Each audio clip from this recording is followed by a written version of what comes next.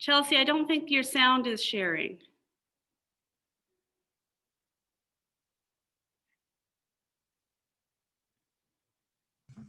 Apologies, everyone. Take two.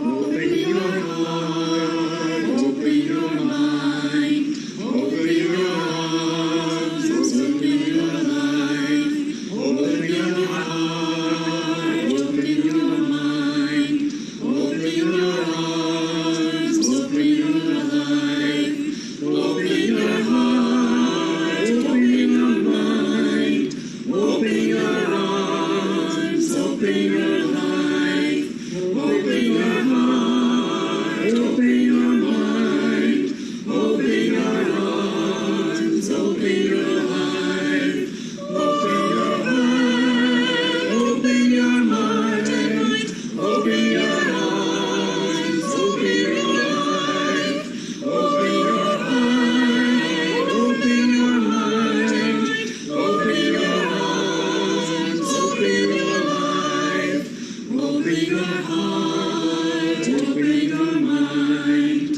open your arms, open your life, open your heart, open your mind, open your arms, open your life.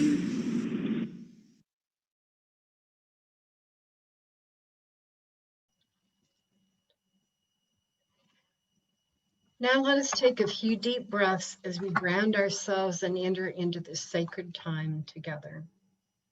We welcome you here. Whether you choose to be seen on Zoom or not, you are welcome here. No matter your age, your size, or if you decide to speak, you are welcome here. No matter the color of your skin, your hair, or your eyes, you are welcome here. No matter whom you love or how your family is composed, you are welcome here. Whether your ability to contribute comes in the form of time, talent, or treasure, you are welcome here. No matter how you express your gender identity or whatever your abilities, you are welcome here. Whether you come with laughter in your heart or tears, you are welcome here. Come with an open mind, a loving heart, and willing hands, you are welcome here. Let us sing together, Standing on the Side of Love.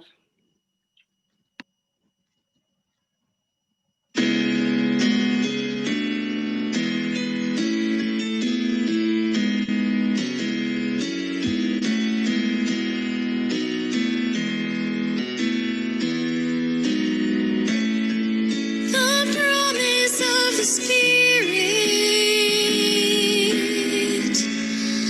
faith, hope, and love abide, and so every soul is blessed and made whole. The truth in our hearts is our guide. We are standing on the side of love, hands joined together as hearts beat as one. Emboldened by faith, we dare to proclaim we are standing on the side of love. Sometimes we build a barrier to keep love tightly bound, corrupted by fear, unwilling to hear, denying the beauty we found. We are standing on the side of love, hands joined together as hearts beat as one. Emboldened by faith, we dare to proclaim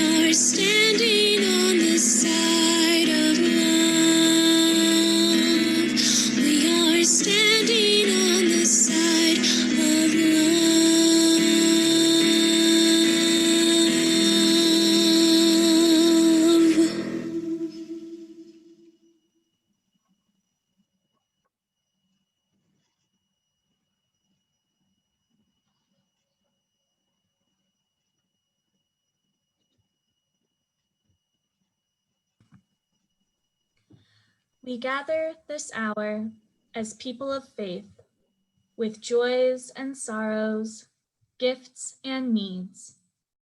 We light this beacon of hope, sign of our quest for truth and meaning, in celebration of the life we share together. May we shine a light of love.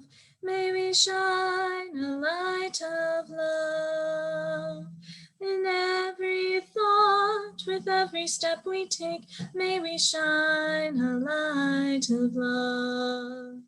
May we shine a light of hope. May we shine a light of hope. With every thought, with every step we take, may we shine a light of hope.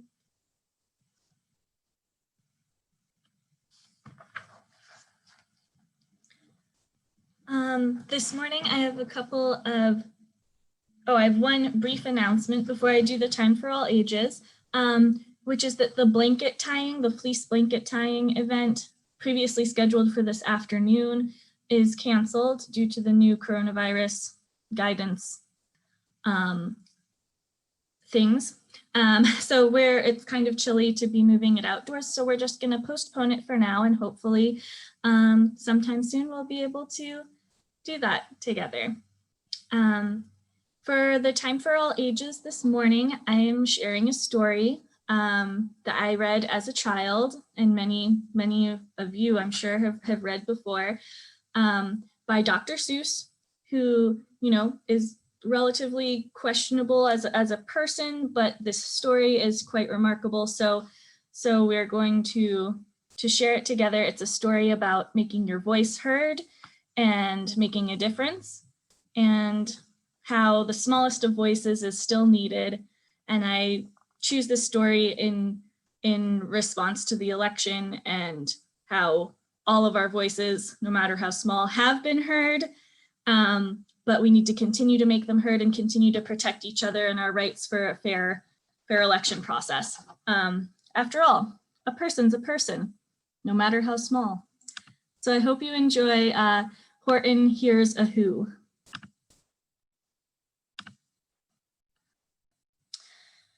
Horton Hears a Who by Dr. Seuss.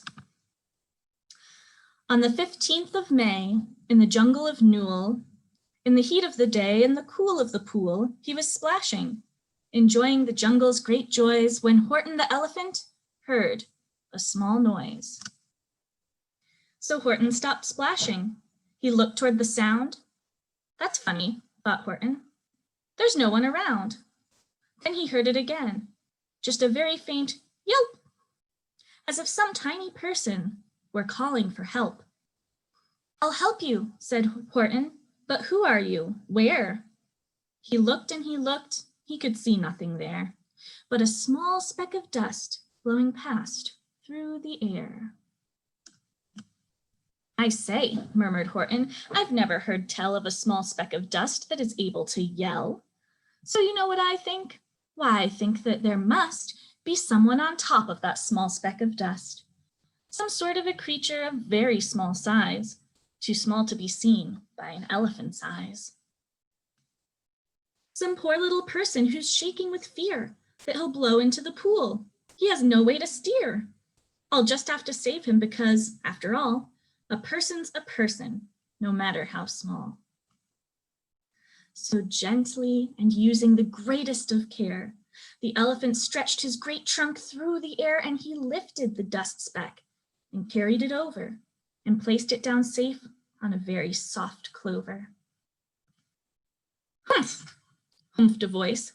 'Twas a sour kangaroo. I'll let you decide who that is. And the young kangaroo in her pouch said, humph, too. Why, that speck is as small as the head of a pin. A person on that? Why, there never has been. Believe me, said Horton, I tell you sincerely. My ears are quite keen, and I heard him quite clearly. I know there's a person down there, and what's more, quite likely there's two, even three, maybe four, quite likely a family for all that we know. A family with children, just starting to grow. So please, Horton said, as a favor to me, try not to disturb them. Just please let them be. I think you're a fool, laughed the sour kangaroo. And the young kangaroo in her pouch said, me too. You're the biggest blame fool in the jungle of Newell. And the kangaroos plunged in the cool of the pool. What a terrible splashing, the elephant frowned. I can't let my very small persons get drowned. I've got to protect them. I'm bigger than they. So he plucked up the clover and hustled away. Through the high jungle treetops, the news quickly spread. He talks to a dust speck. He's out of his head. Just look at him walk with that speck on that flower. And Horton walked, worrying, for almost an hour. Should I put the speck down? Horton thought with alarm. If I do, these small persons may come to great harm. I can't put it down, and I won't. After all, a person's a person, no matter how small. Then Horton stopped walking. The speck voice was talking. The voice was so faint he could just barely hear it.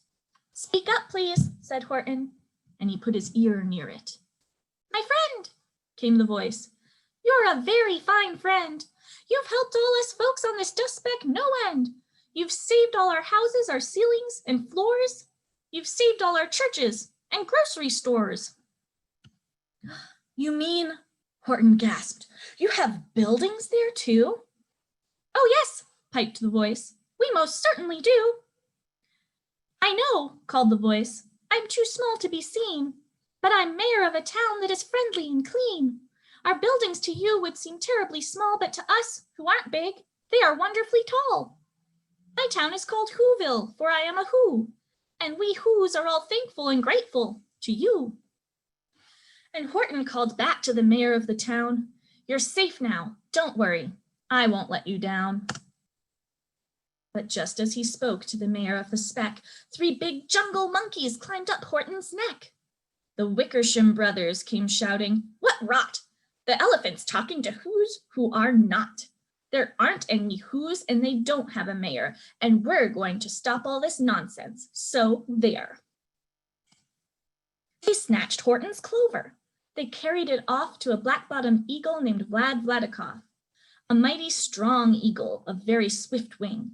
And they said, will you kindly get rid of this thing? And before the poor elephant even could speak, the eagle flew off with the flower in his beak. All that late afternoon and far into the night, that black-bottomed bird flapped his wings in fast flight, while Horton chased after with groans over stones that tattered his toenails and battered his bones.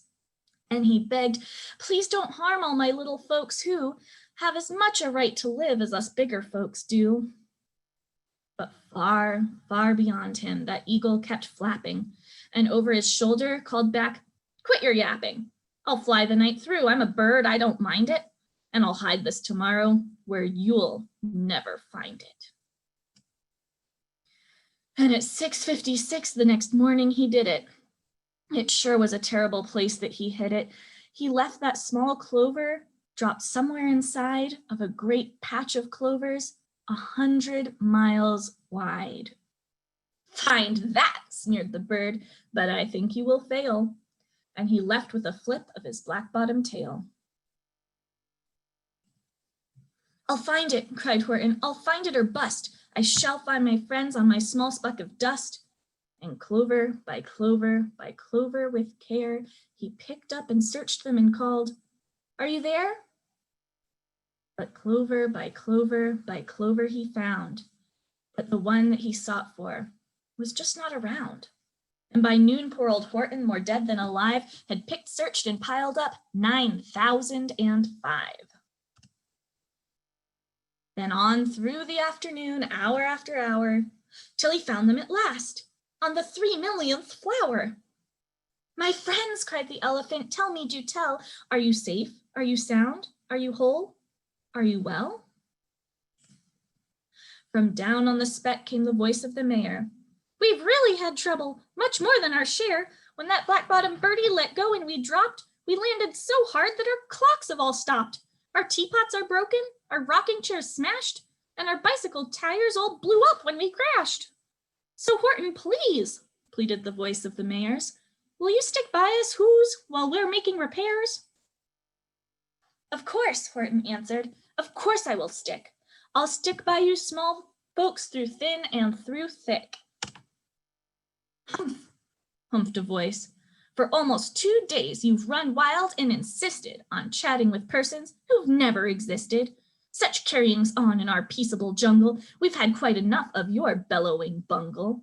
And I'm here to state, snapped the big kangaroo, that your silly nonsensical game is all through. And the young kangaroo in her pouch said, me too.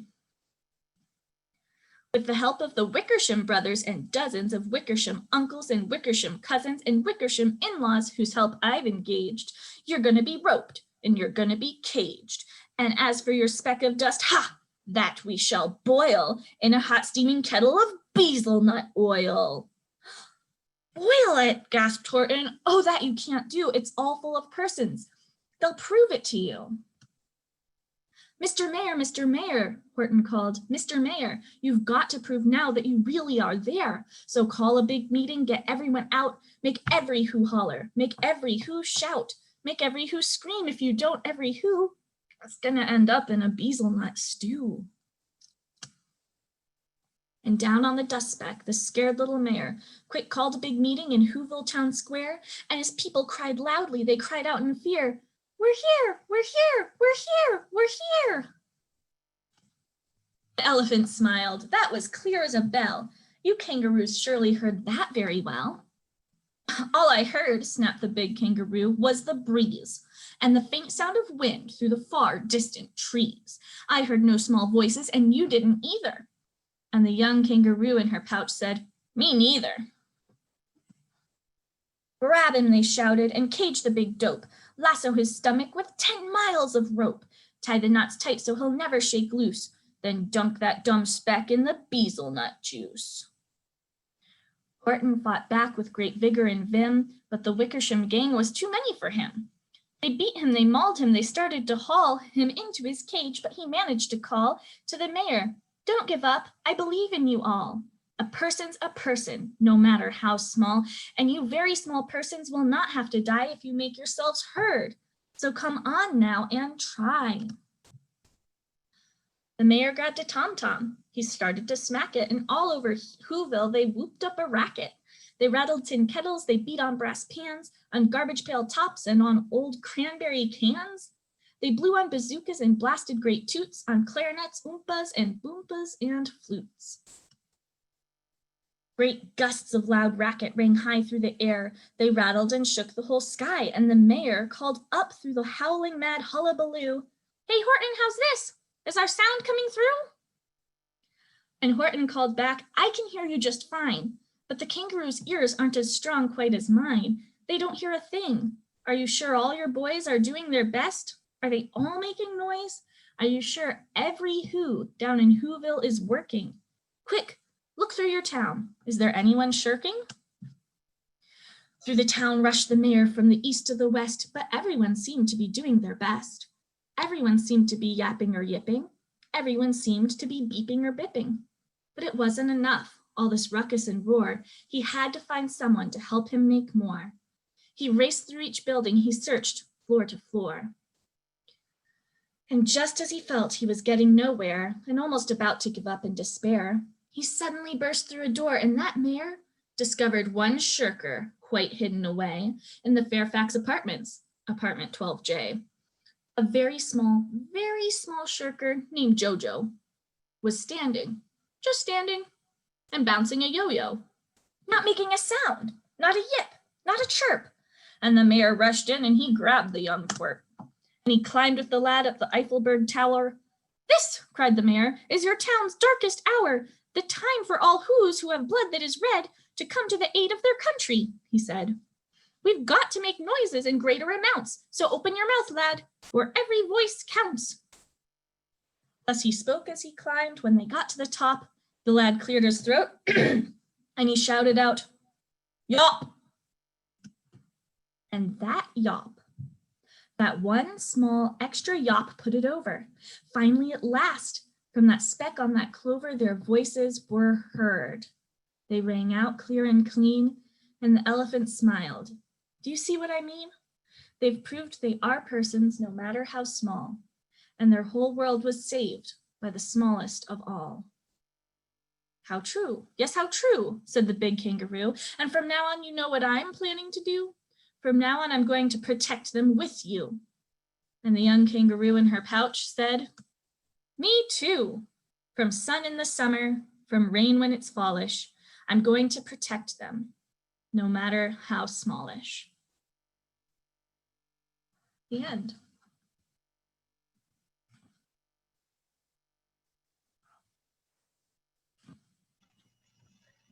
That was wonderful, Chelsea. Our turning words today are The Old Threads Are Unraveling by Julia Myers. The old threads are unraveling. Get your needles ready. We are stitching a new quilt of humanity.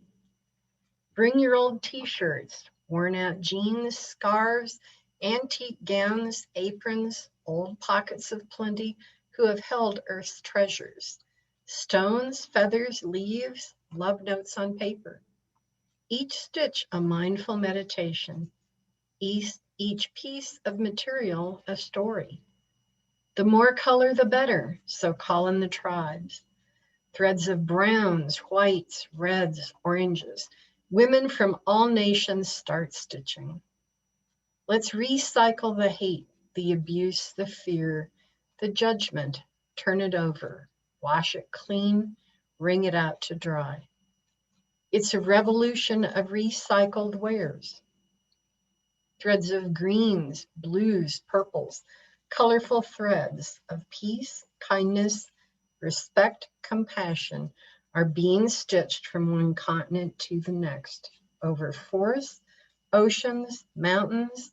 The work is hard, your fingers may bleed, but each cloth stitched together brings together a community, a world, our future world, under one colorful quilt, the new quilt of humanity.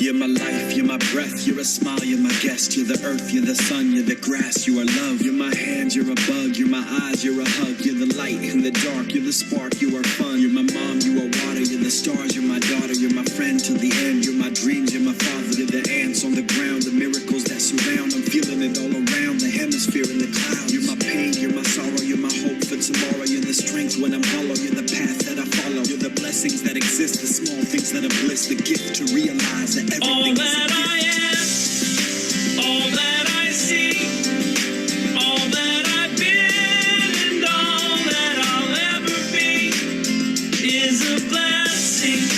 It's so amazing, and I'm grateful for it all, for it all.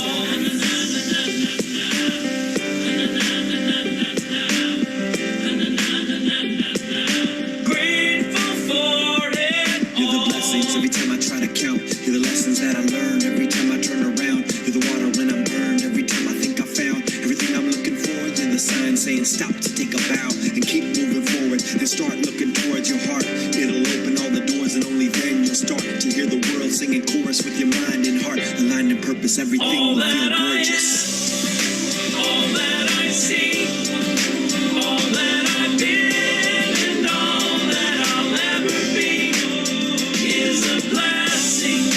It's so amazing, and I'm grateful for it all.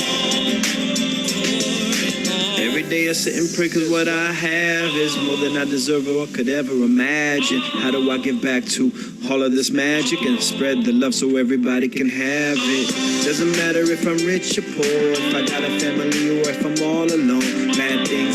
can just complain and moan, but there's a million things that I can be grateful for. So I lift up my hands now,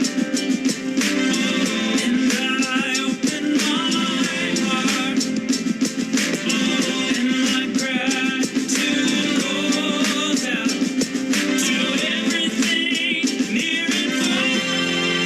All that I am, everything I am, and everything I see, everything I hope, and everything I dream, everything I feel, and everything I breathe. I look deep down and feel all the blessings, everything I am, and everything I see, everything I hope, and everything I dream, everything I feel, and everything I breathe. I'm grateful for it all. It's amazing. Everything I am, and everything I see, everything I hope, and everything I dream, everything I feel, and everything I breathe. I look deep down and feel all the blessings, everything I am, and everything I see, everything I hope, and everything I dream, everything I feel, and everything I breathe. I'm grateful for it all. It's amazing. You're the blessings that exist, the small things that are bliss, the gift to realize that everything is a gift.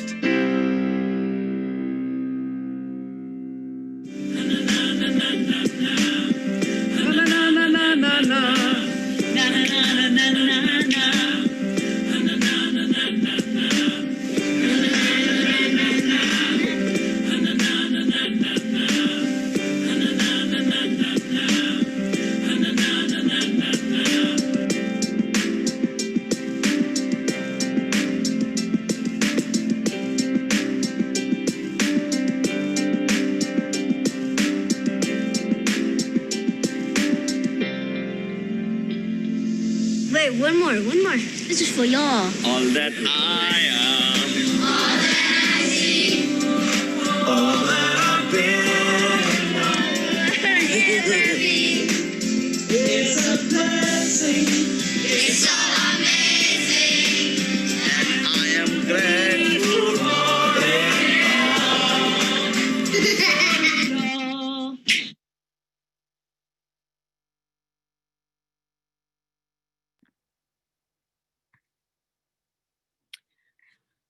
I thought that might be fitting for today. And as we enter into our moment of gratitude, I'd like to acknowledge that this coming Wednesday is Veterans Day. And so that at this time, as we enter into our gratitude and as we do our meditation on breathing, I'd like to take this time, this moment, to honor current and past veterans of our nation's uniformed services and their families, and thank them for their service. And as we enter into this meditation on breathing, we thank you for the safety and the commitment and the sacrifice that you and your families have made for many, many years and many generations. We keep you in our hearts for this time of gratitude. Thank you.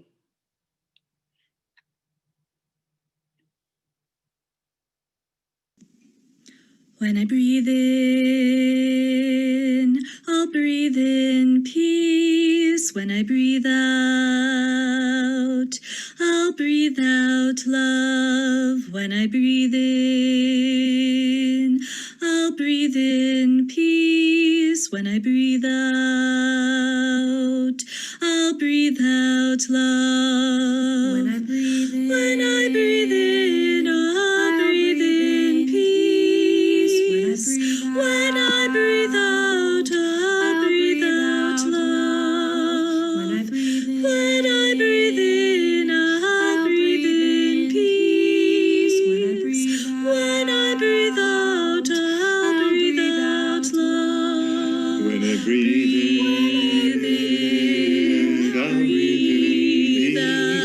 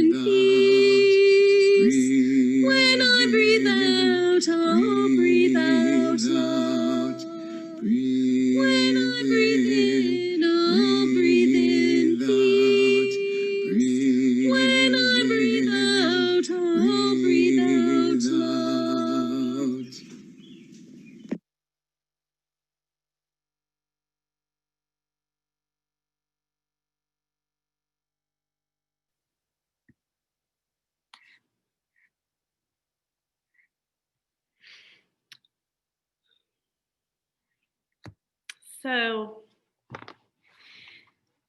in my newsletter article this month, I talked about how we were at a fork in the road in America.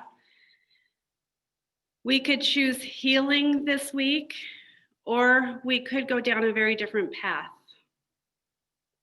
This week, this month, the American people chose healing. It's been a long week. And the word that I heard over and over again yesterday was relief. I don't know how many people I heard say, I'm just relieved. I didn't see anger. I didn't see gloating. I didn't see resentment. I just saw a whole lot of people out in the streets expressing joy and relief.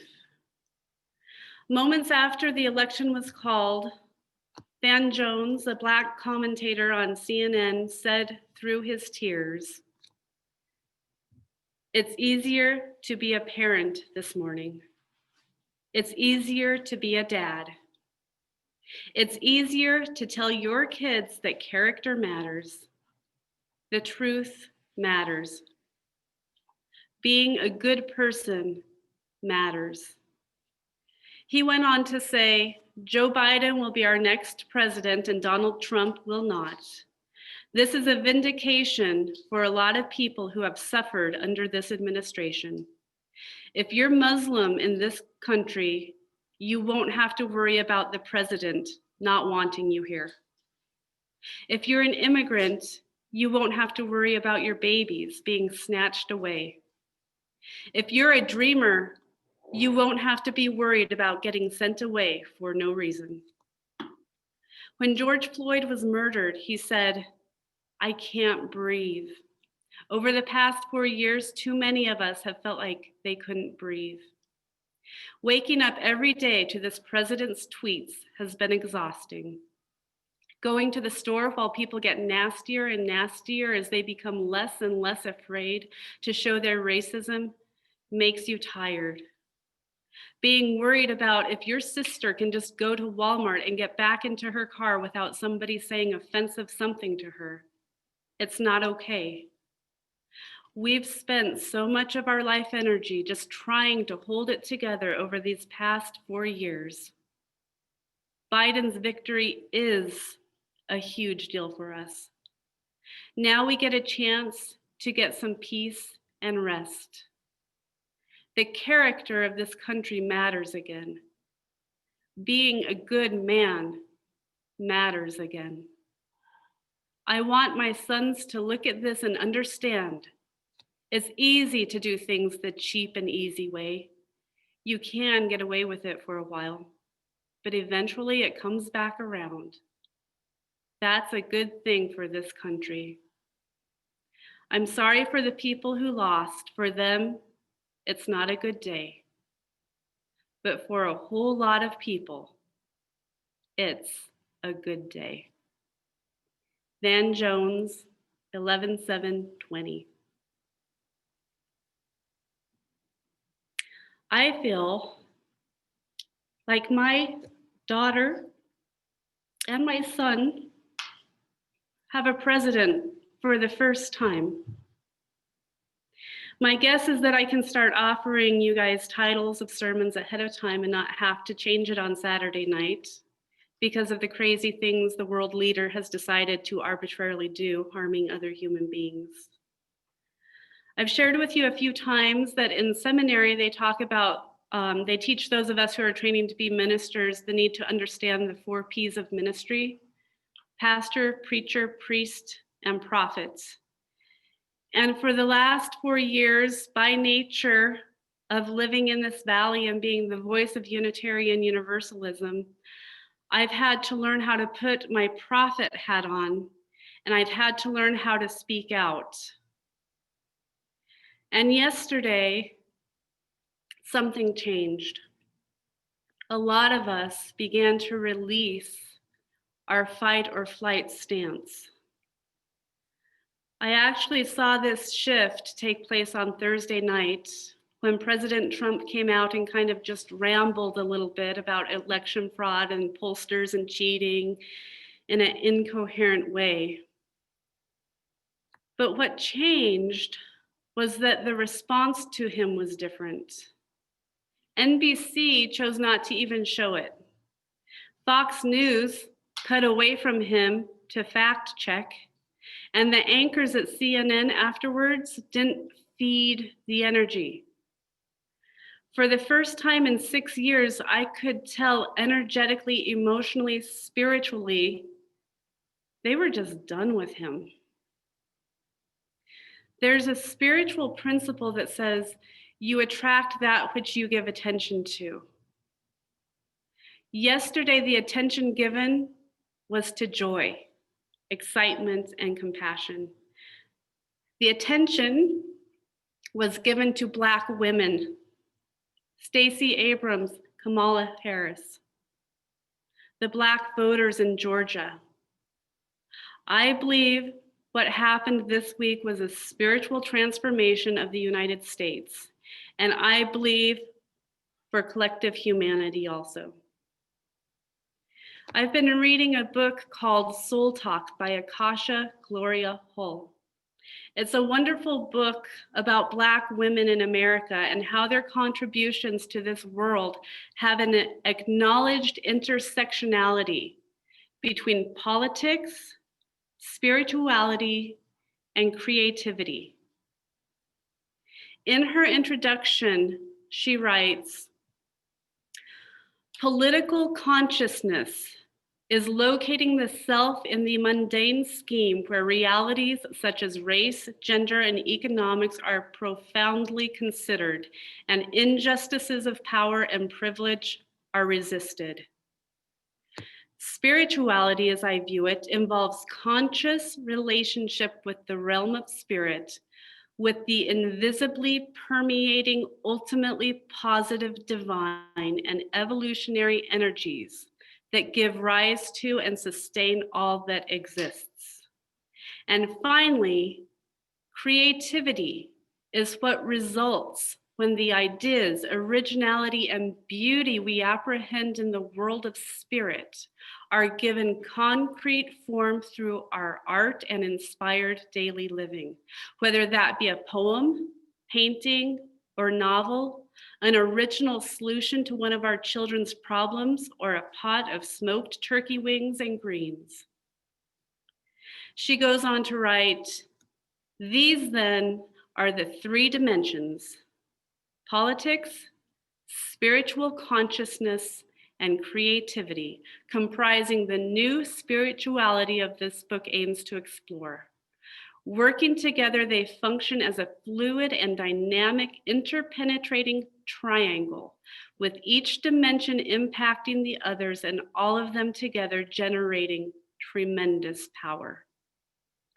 Far too often, political considerations are kept separate from spiritual matters, and the role that spirituality plays in creativity is cloaked or undervalued. It may be appropriate at this time to similarly accept that being spiritual is also a legitimate way to participate in social struggle." And here's my favorite part.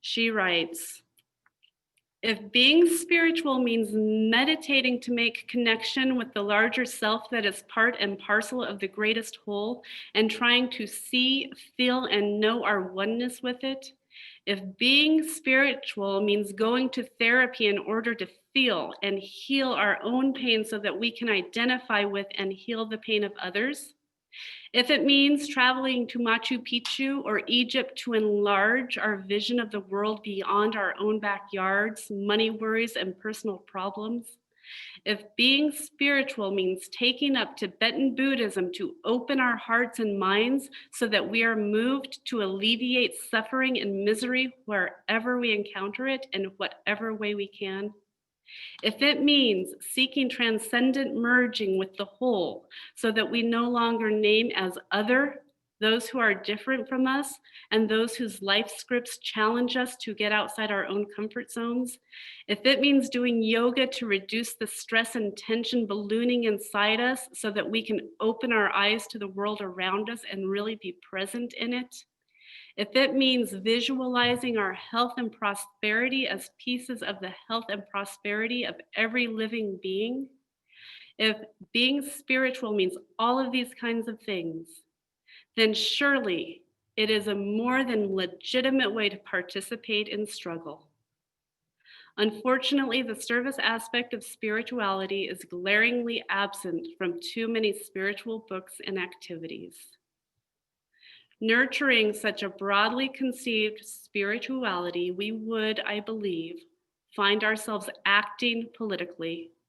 That is, spontaneously intervening in situations where detrimental inequities of power and privilege are operating, and doing so in ever more creative and effective ways.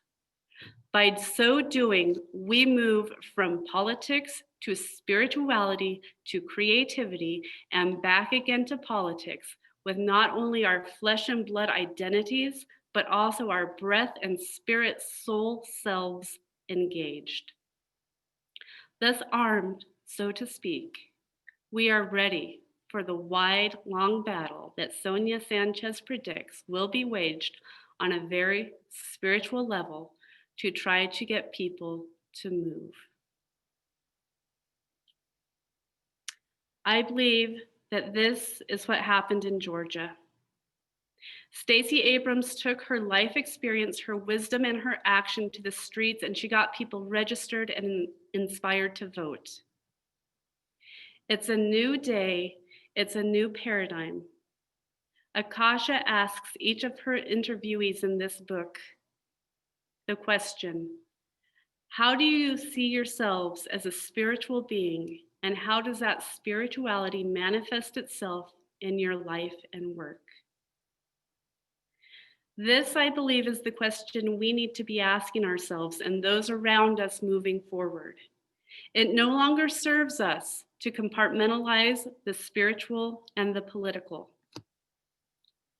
What this means is it's a new day. It's a new understanding of how we are to be. Healing is able to begin, and there is a lot of work to do. The people on the left are saying, we stopped this train wreck, this road to fascism, but we need to see changes. The people in the middle are saying, we can't have 4 more years of this divide. We have to begin to listen to each other again. We need to learn how to make compromise. Everybody acknowledges that the systems are not working. It's time for a change, not a change just in rhetoric, but an internal, deep change. I do believe that Joe Biden and Kamala Harris understand this.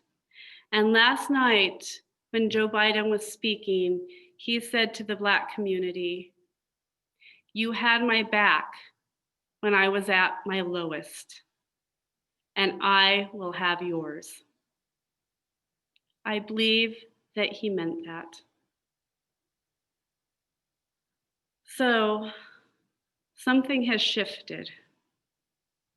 There is a metaphysical principle that creation happens on an atomic level. Creation first happens in our mind or the spiritual realm, and then is manifested into our physical reality. I believe that what happened is that Americans made a change on a deep spiritual level, and it was manifested in a vote count.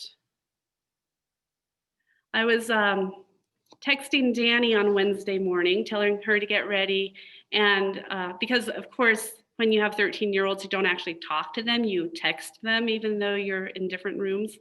And she texted back, I'm manifesting, Mom, I need my peace.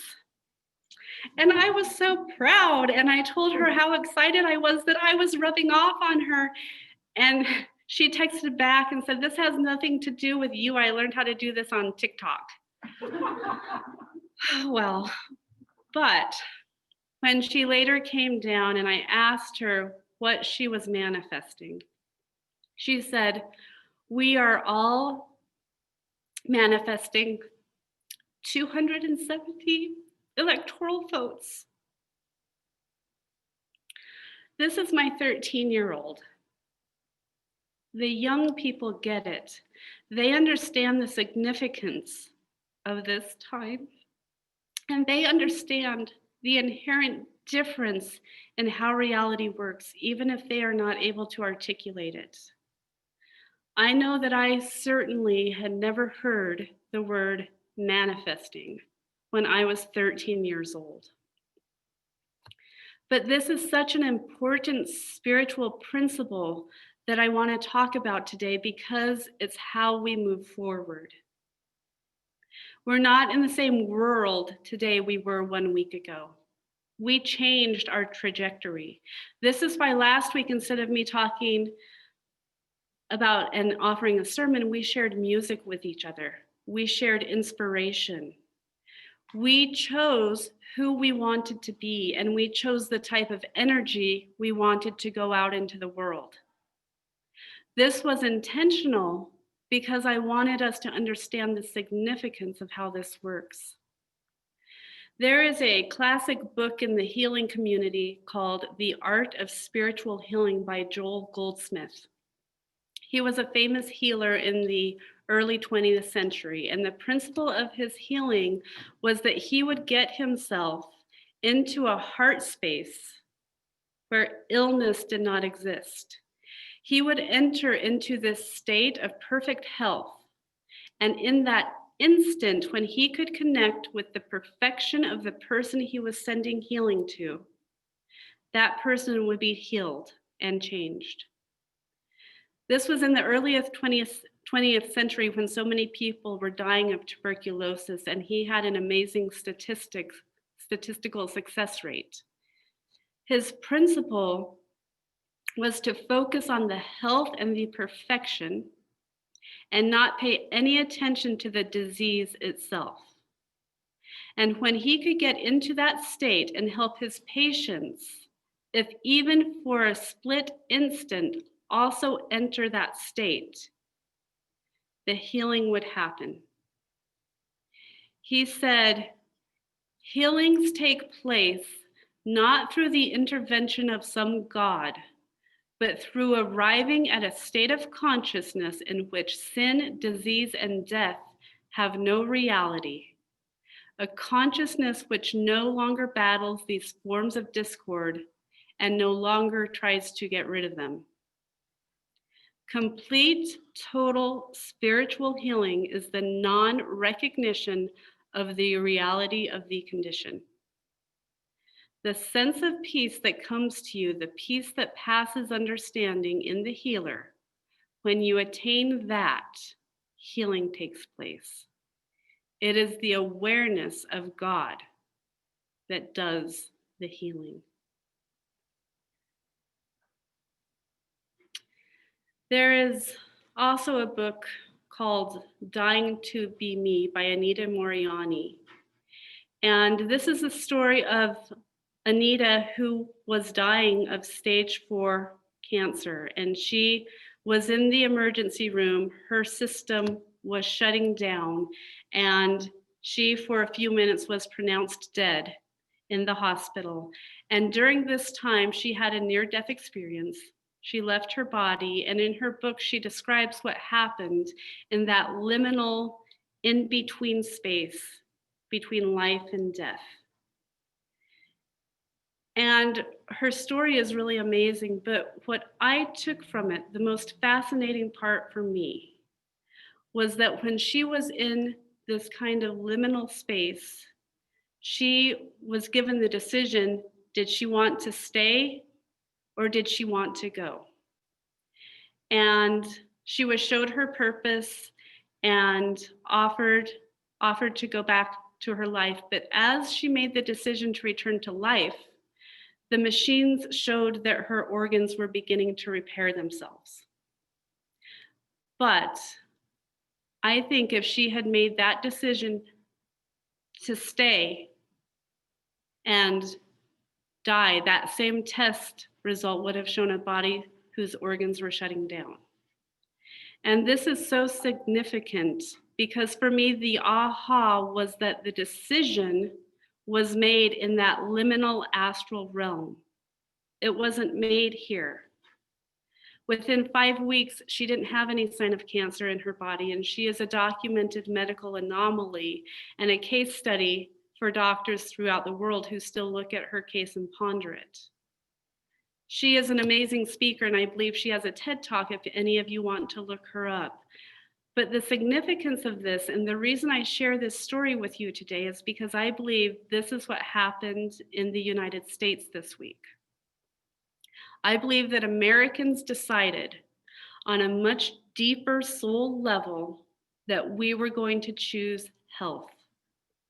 We were going to choose kindness, human connection, creativity, and hope.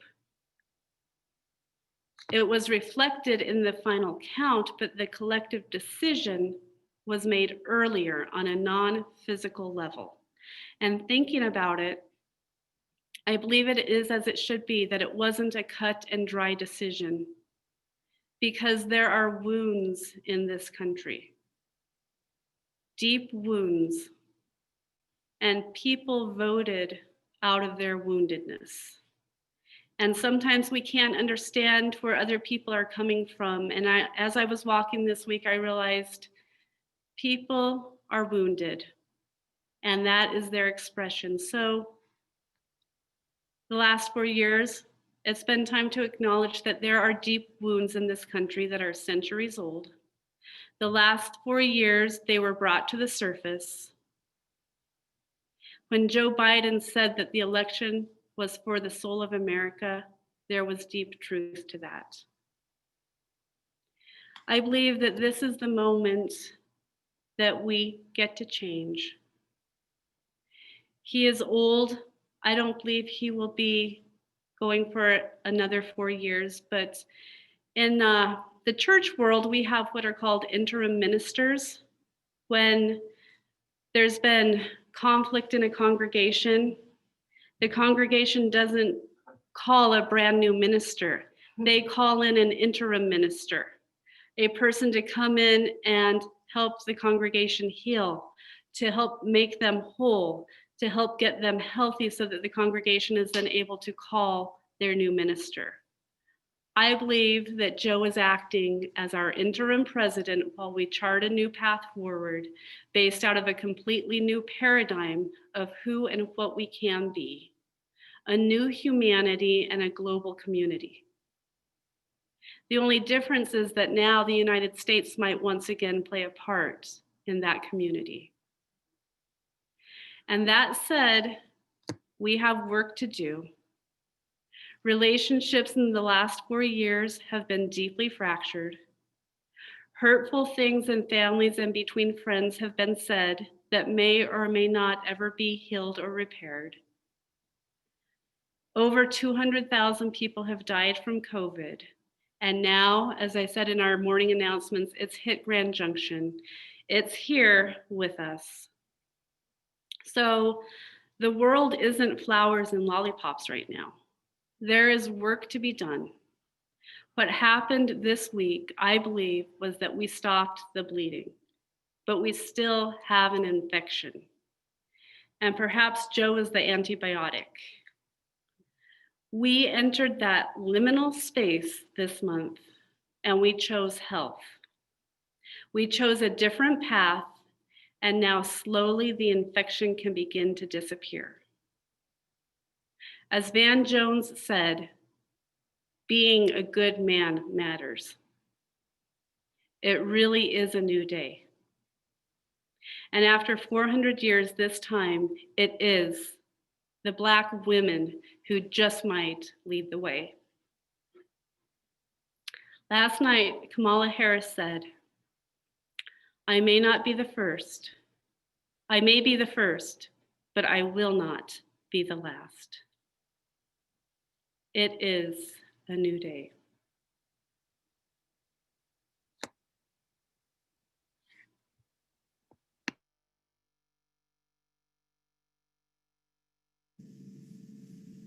song called A New Day.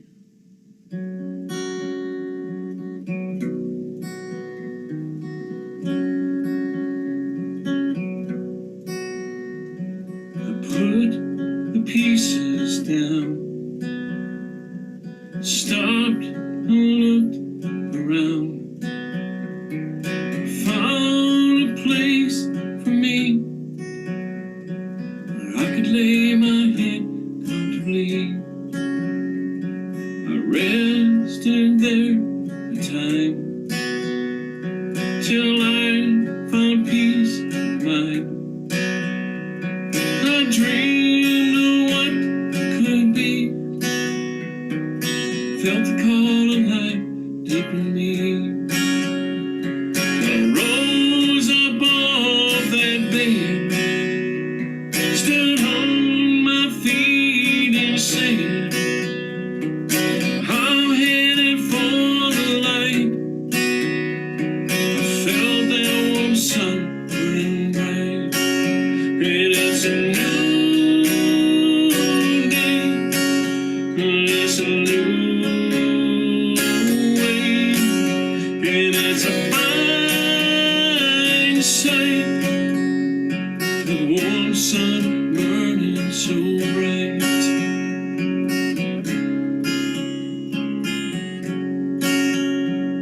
And I climbed a little hill,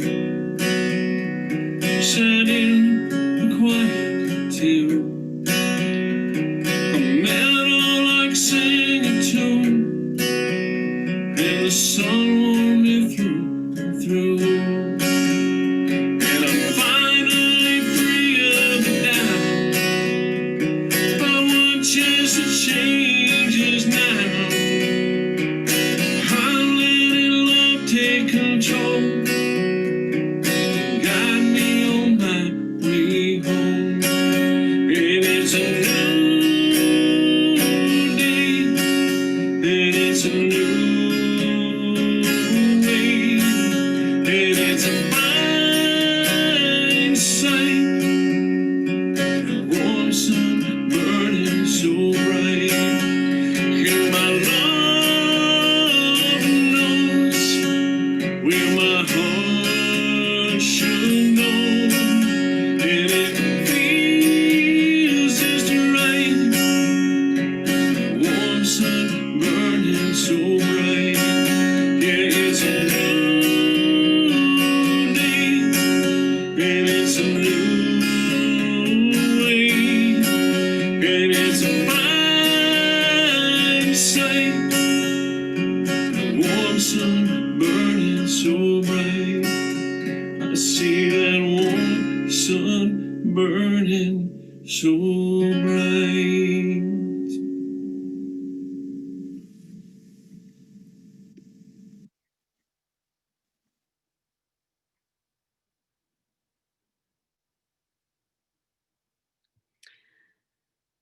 So I'm looking at the time. I'm going to go ahead and we will extinguish our chalice, and I'll ask Peg to sing us out, and that then gives the freedom for those of you that need to move on with your day. We'll send you in peace, but then I will also open it up for us to have a conversation with one another before we go out into the breakout rooms.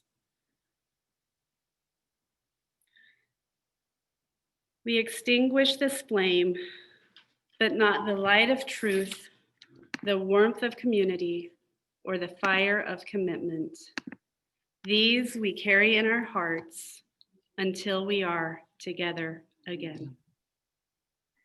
Go your way in peace, wander as you may.